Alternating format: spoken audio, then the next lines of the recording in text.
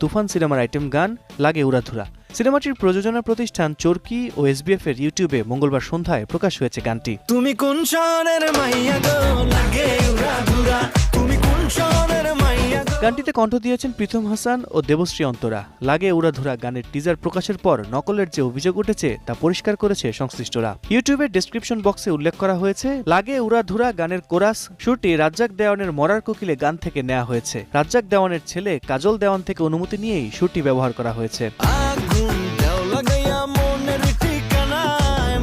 গানের ভিডিওতে dance floor মাতিয়েছেন Shakib Khan ও কলকাতার মিমি চক্রবর্তী। শাকিবের নতুন লুক আর মিমির ফিগারে মজেছেন দর্শক। কমেন্টস বক্সের দিকে নজর দিলে তারই প্রমাণ পাওয়া যায়। উড়াধুরা গানের কথা লিখেছেন রাসেল মাহমুদ ও শরীফ উদ্দিন। সুর ও সঙ্গীতায়োজন করেছেন রাজ্জাক দেওয়ান ও প্রীতম হাসান। গানের শেষে চমক হিসেবে হাজির হয়েছেন তুফান সিনেমার নির্মাতা রায়হান রাফি নিজেই। 2 মিনিট 45 সেকেন্ডের গানটি ট্রেন্ডিংয়ে ভাসবে এমন প্রত্যাশা সাকিবিয়ানদের। ঈদুল আজহায় মুক্তির তালিকায় আছে তুফান সিনেমাটি। এ সিনেমার শুটিং শেষ করে রোববার দেশে ফিরেছেন শাকিব খান। 41 দিনে সিনেমাটির শুটিং শেষ হয়েছে বলে জানা গেছে।